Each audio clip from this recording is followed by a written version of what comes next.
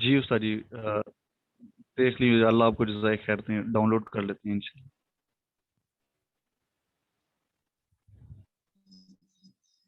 تو میں دعا پڑھتا ہوں، بس مائک کھولے بغیر ہی بس میرے ساتھ دعا پڑھ لیں اور بات کرتے ہیں۔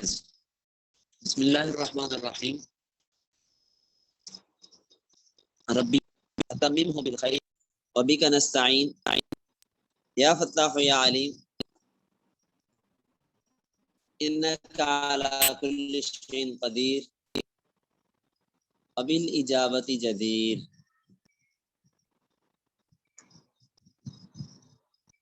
بسم اللہ الرحمن الرحیم۔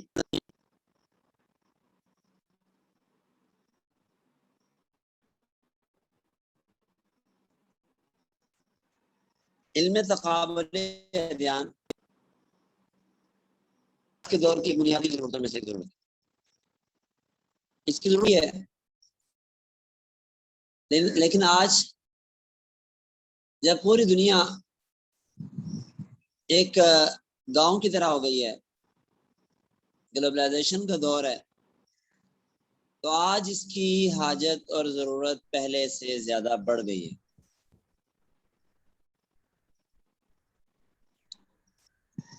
اور قحط الرجال کا دور ہے، تو اس فن سے بھی لاپرواہی اور اس کی طرف بے رغبتی امت مسلمہ کی کم ہوتی جا رہی ہے، اور گنتی کے چند لوگ ہیں جو اس فن کو پڑھتے ہیں، اور شاید کہ ہزار میں چند لوگ ہوں جو اس میں مہارت حاصل کرتے ہیں، ہزار میں دو چار لوگ ہوں، لیکن بہرحال آج کی ضرورت اس لیے ہے کہ آج ڈائلاگ کا دور ہے، نیٹ پہ بیٹھ کے ایک دوسرے کو اپنے مذاہب کی تبلیغ کرتی ہے اور بحث مباحثہ ہوتا ہے، لوگ ذہن سازی کرتے ہیں، ہر مذہب والا اپنے اپنے مذہب کی۔ ان حالات میں مسلمانوں کے لیے ضروری ہے کہ ان میں کچھ لوگ اپنے دین مذہب کے ماہر تو ہوں ہی، لیکن اس کے ساتھ ساتھ دیگر مذاہب سے گہری واقفیت اور شناسائی رکھیں، تاکہ جب کبھی ضرورت پڑے تو ان لوگوں سے خدمات لی جا سکے۔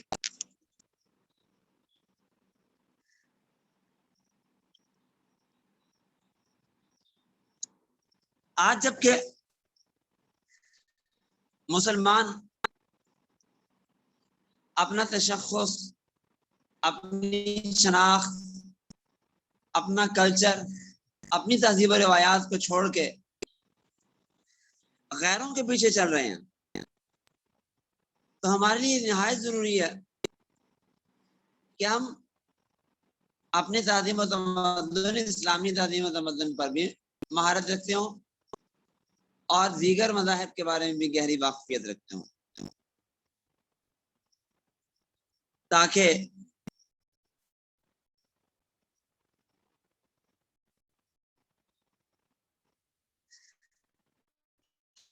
ہمیں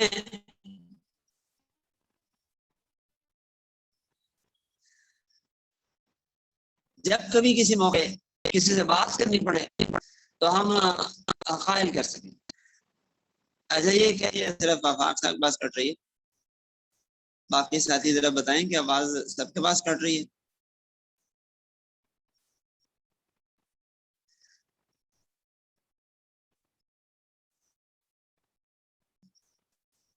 چیٹ کر کے بتا دیں، بقیہ ساتھیوں کے پاس بھی آواز کٹ رہی ہے تو میں آپ کو متبادل کرتا ہوں، اور اگر صرف ان کے پاس کٹ رہی ہے تو اس کا مطلب ہے کہ ان کے نیٹ میں کوئی مسئلہ ہے۔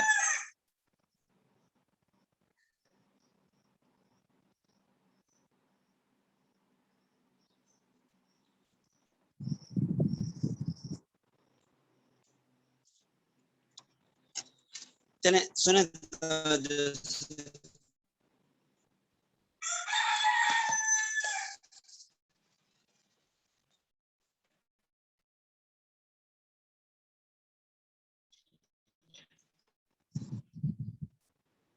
تو بات یہ ہو رہی تھی کہ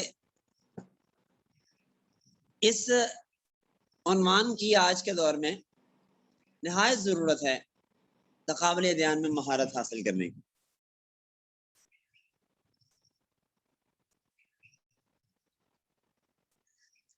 تقابل ادیان کا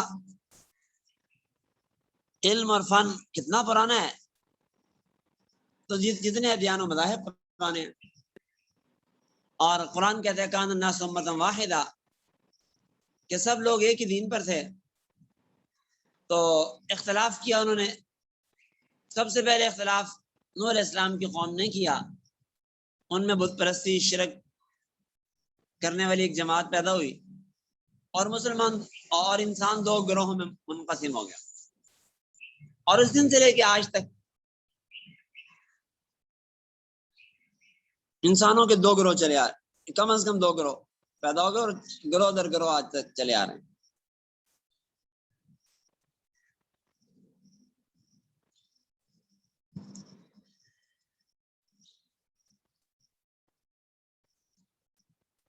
مذاہب پھر کچھ تو ایسے ہیں کہ جو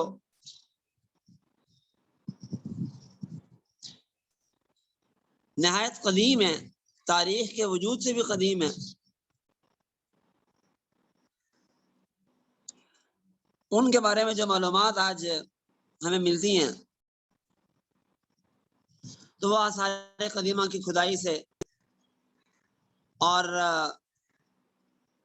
کچھ قرائن اور کچھ فرضی باتوں سے قدیم باتوں پر کوئی قطعی اور یقینی بات نہیں کہی جا سکتی.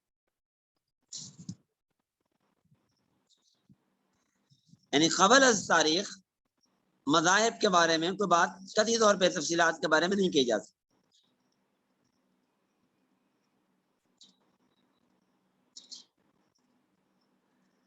بہرحال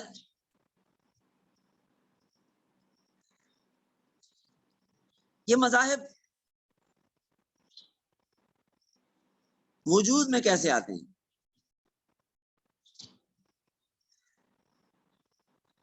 تو ہم پیچھے چلے جائیں تو کان الناس امۃ واحدہ, سب لوگ ایک ہی دین پر تھے. اختلاف شروع کہاں سے ہوا؟ انسان نے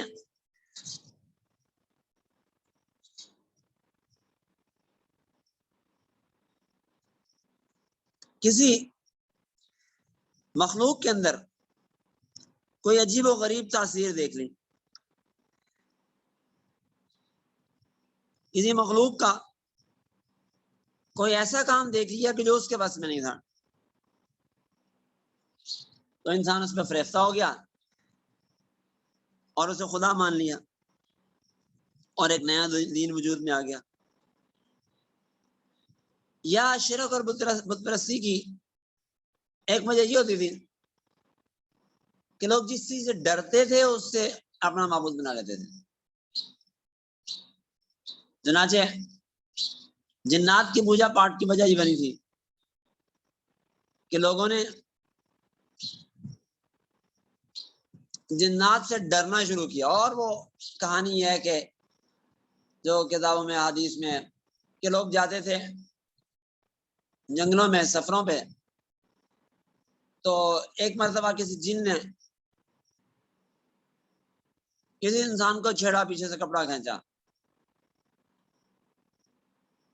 تو وہ بندہ پریشان ہو گیا بہت زیادہ. دائیں میں دیکھا کوئی نظر نہیں آیا, ایک دفعہ دو دفعہ تین دفعہ. تو اس بندے نے کہا کہ میرا سب کچھ لے لو لیکن خدا کے لیے مجھے معاف کر. تو جنات کو یوں نذرانے دیے جانے لگے. رفتہ رفتہ جنات سے منتیں مانی جانے لگی, ان کے نام پہ نذرانے شروع ہو گئے, اور کرتے کرتے جنات کی پوجا شروع ہو گئی. ایسے ہی کسی نے آگ کو نقصان دہ دیکھا تو آگ کی پوجا کرنا شروع کر دی، کسی نے سورج کو نقصان دہ دیکھا تو اس کی پوجا شروع کر دی، کسی نے سانپ کا نقصان دیکھا اس کی پوجا کرنی شروع کر دی، کسی نے گائے کو نفع مند سمجھا تو اس کی پوجا کرنا شروع کر دی۔ کیوں؟ مذاہب در مذاہب وہ وجود میں آتے چلے گئے۔ تو مظاہر قدرت کی پرستش کا سلسلہ وسیع ہوا تو لوگوں نے جانوروں کو خدا بنا لیا، ہندوؤں نے گائے کو خدا قرار دے دیا، لنگور کو مقدس سمجھ کر اس کو پالنا شروع کر دیا، ہنومان اس کا نام رکھ لیا۔ سری لنکا میں ہاتھی کی پوجا ہوتی ہے، مصر والے بھی ایک زمانے تک ہاتھی کو اپنا معبود مانتے رہے۔ تو یہ دنیا کے اندر پوجا پاٹ انسانوں کی یہ قدیم زمانے سے چلی آ رہی ہے۔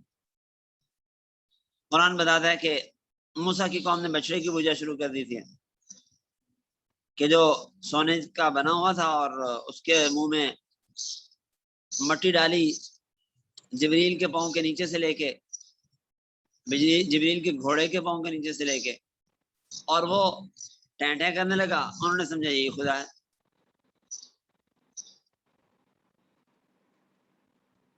تو بہرحال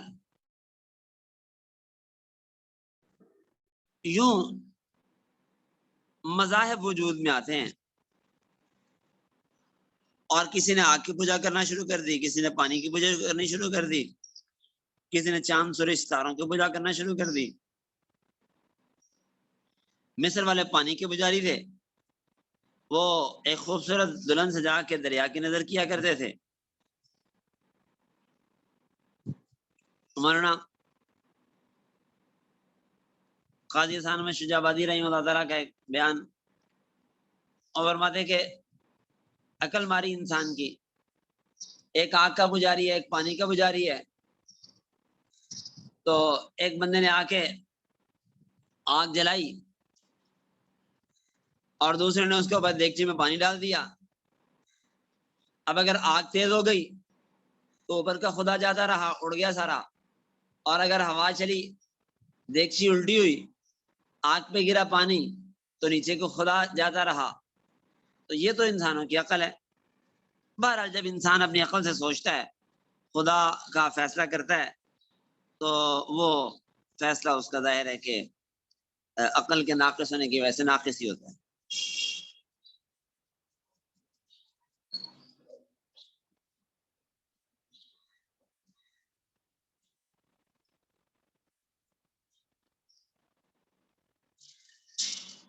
اب تھوڑی سی بات ہم کر لیتے ہیں آج مذاہب پر۔ مذہب کسے کہتے ہیں؟ مذہب اس میں ظرف کا صیغہ ہے، چلنے کی جگہ، چلنے کا راستہ۔ مسئلہ میمی کے طور پہ بھی استعمال ہوتا ہے، چلنا۔ اور اصطلاحی طور پہ مذہب کی تعریف یوں کی جا سکتی ہے کہ جن اصولوں پر چل کر زندگی گزاری جا سکے، ان اصولوں کو مذہب کہتے ہیں۔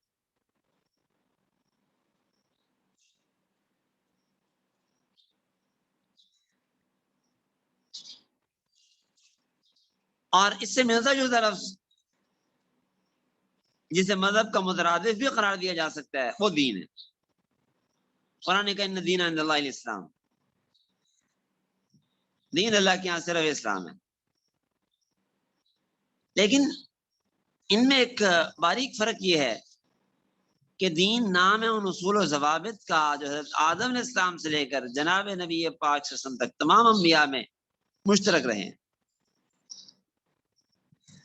جبکہ مذہب انہی اصولوں کی فروع کا نام ہے۔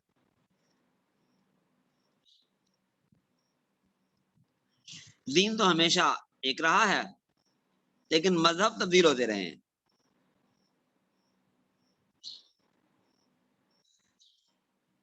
چنانچہ اسلام کو مذہب کہتے ہیں، مذہب اسلام۔ اور چونکہ مذہب کا معنی چلنے کی جگہ ہے، تو ائمہ اربعہ کے اجتہادات کے مجموعے کو بھی مذہب کہا جاتا ہے۔ مذہب حنفی، مذہب شافعی، مذہب مالکی، مذہب حنبلی، مذاہب اربع۔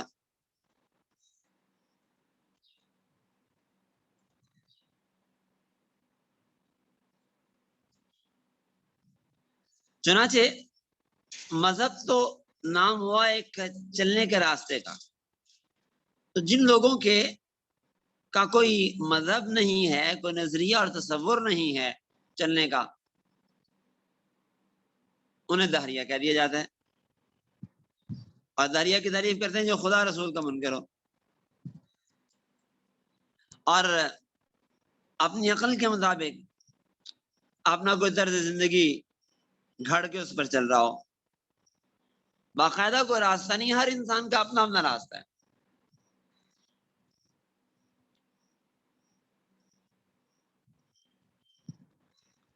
یہاں یہ بات بھی یاد رہے کہ تقابل ادیان پر جب گفتگو شروع ہوتی ہے تو بعض لوگ اسلام اور سائنس کے درمیان بھی تقابل شروع کر دیتے ہیں، حالانکہ سائنس کو مذہب نہیں ہے، سائنس تو مشاہدات، تجربات کا نام ہے، اور اسلام اس کا منکر نہیں ہے۔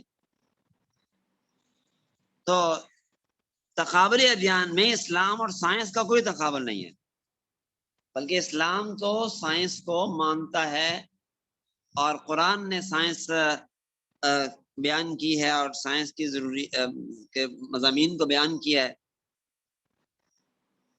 بہرحال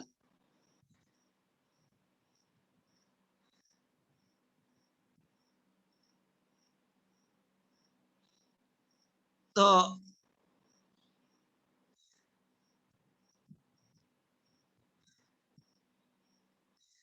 قبل از تاریخ جو مذاہب پائے گئے ہیں دنیا کے اندر، ان تک پہنچنے کا کیا راستہ ہے؟ تو ظاہر بات ہے کہ ان تک پہنچنے کا راستہ وہی ہو سکتی ہے جو حتمی اور یقینی ہے، ذریعہ ہے، اور اس کے علاوہ باقی آثار قدیمہ ہیں، ان سے اندازہ تو کیا جا سکتا ہے، لیکن 100% حتمی اور یقینی فیصلہ نہیں کیا جا سکتا۔ بات یہ ہے کہ قدیم زمانے میں لکھنے پڑھنے کا کوئی خاص نظام نہیں تھا، خاص رواج نہیں تھا، اس لیے بھی ہمارے ہاں بہت سے مذاہب ایسے پائے جاتے ہیں کہ جن کے بارے میں ہمیں ایک مخصوص وقت تک ان کی تاریخ ملتی ہے، اس سے پیچھے ان کی تاریخ نہیں ملتی، اور ان کے پاس خود بھی اپنی تاریخ ایک خاص تاریخ تک ہے، ایک خاص مدت تک ہے، اس سے پیچھے ان کے پاس کچھ نہیں ہے، تخمینی اندازے ہیں بس، اور کچھ نہیں ہے۔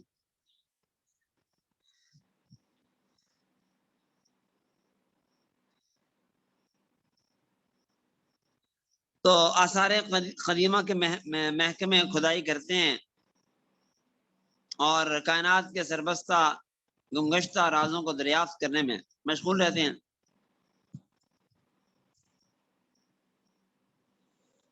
اور ان کے ذریعے قبل از تاریخ مذاہب کی کسی حد تک اطلاع ہوتی ہے، اور حقائق سے قرائن وغیرہ کے ذریعے کچھ پردہ اٹھایا جاتا ہے۔ بہرحال اس میدان پہ کام کرنے کی بھی ضرورت ہے آثار قدیمہ کے محکمے پر، اور مزید آثار قدیمہ وہ نکلتے رہتے ہیں اور نئی نئی انکشافات ہوتے رہتے ہیں قدیم زمانے کے بعد۔ بہرحال آج کے دور میں نے عرض کیا، تقابل ادیان کے عنوان کو پڑھنے سمجھنے کی اور اس میں مہارت حاصل کرنے کی نہایت ضرورت ہے، اور دینی مدارس میں ہمارے ہاں تقابل ادیان کا عنوان نہیں پڑھایا جاتا۔ 8 سال میں ہمارے یہاں کوئی بھی نصاب ایسا نہیں ہے۔ یہی وجہ ہے کہ حضرات نے جہاں جہاں تخصص شروع کیا وہاں دعویٰ کے نام سے، تو اس میں تقابل ادیان و مذاہب کا عنوان بھی شامل کیا، تاکہ علماء کرام کو اس حوالے سے کامل شناسائی ہو، اور آج دور ہے بحث مباحثے کا، مناظرے کا، ڈائلاگ کا، تو وہ ان میدانوں میں اس عنوان پہ ضرورت پوری کر سکیں، اور اگر مہارت حاصل کر لیں گے تو پھر ظاہر ہے اس عنوان کے اندر جو بندہ بھی مہارت حاصل کرتا ہے تو بس پھر میدان میں وہی ہوتا ہے۔ اب دیکھیں ہمارے یہاں ذاکر نائک نے اس میدان میں کچھ مہارت حاصل کی تو وہ میدان میں اکیلا کھڑا ہے، اور حالانکہ اس نے اپنے اجتہادات شروع کر دیے اور کس قسم کے گمراہ قسم کے نظریات تصورات اسلام میں اس نے پھیلائے، لیکن بہرحال اپنے میدان میں وہ تقریباً ایک ہی ہے شخص۔ ایک ہی ہے کا مطلب یہ ہے کہ میڈیا پہ اور دنیا کے سامنے جو آج اپنے اس کام کو کر رہا ہے وہ اکیلا ہے۔ ویسے تو اس میدان کے اندر ماشاءاللہ بڑے بڑے شناور موجود ہیں، اور مذاہب اور ادیان کا تقابل اور ان کی معلومات رکھنے والے بہت بڑے بڑے حضرات موجود ہیں آج دنیا میں۔ اور ماضی میں تو یہ کام ہمارے اکابر نے کیا ہے، بات آئے گی انشاءاللہ تفصیل سے کہ ایک نہیں ہمارے درجنوں اکابر ہیں جنہوں نے اس میدان کو اپنے ہاتھ میں لیا اور انہوں نے اسلام کی دعوت دی اور دیگر مذاہب کو، ادیان کو بہت اچھی طرح پڑھا۔ آج ہمیں اپنے ان اکابر کے نقش قدم پہ چل کے اس فن میں مہارت حاصل کرنا ہے۔ تو میں سمجھتا ہوں کہ آج تمہیدی گفتگو ہے، اتنا ہی کافی ہے۔ اللہ نے چاہا تو کل 10 محرم کی انشاءاللہ چھٹی ہوگی، چونکہ نیٹ ورک کا عام طور پہ مسئلہ ہوتا ہے، اور جمعے کے دن چھٹی، پھر ہفتے کے دن انشاءاللہ العزیز ہم پہلا مذہب ہندو مذہب شروع کریں گے انشاءاللہ، اور تفصیل کے ساتھ ان مذاہب کو ہم بالترتیب پڑھیں گے۔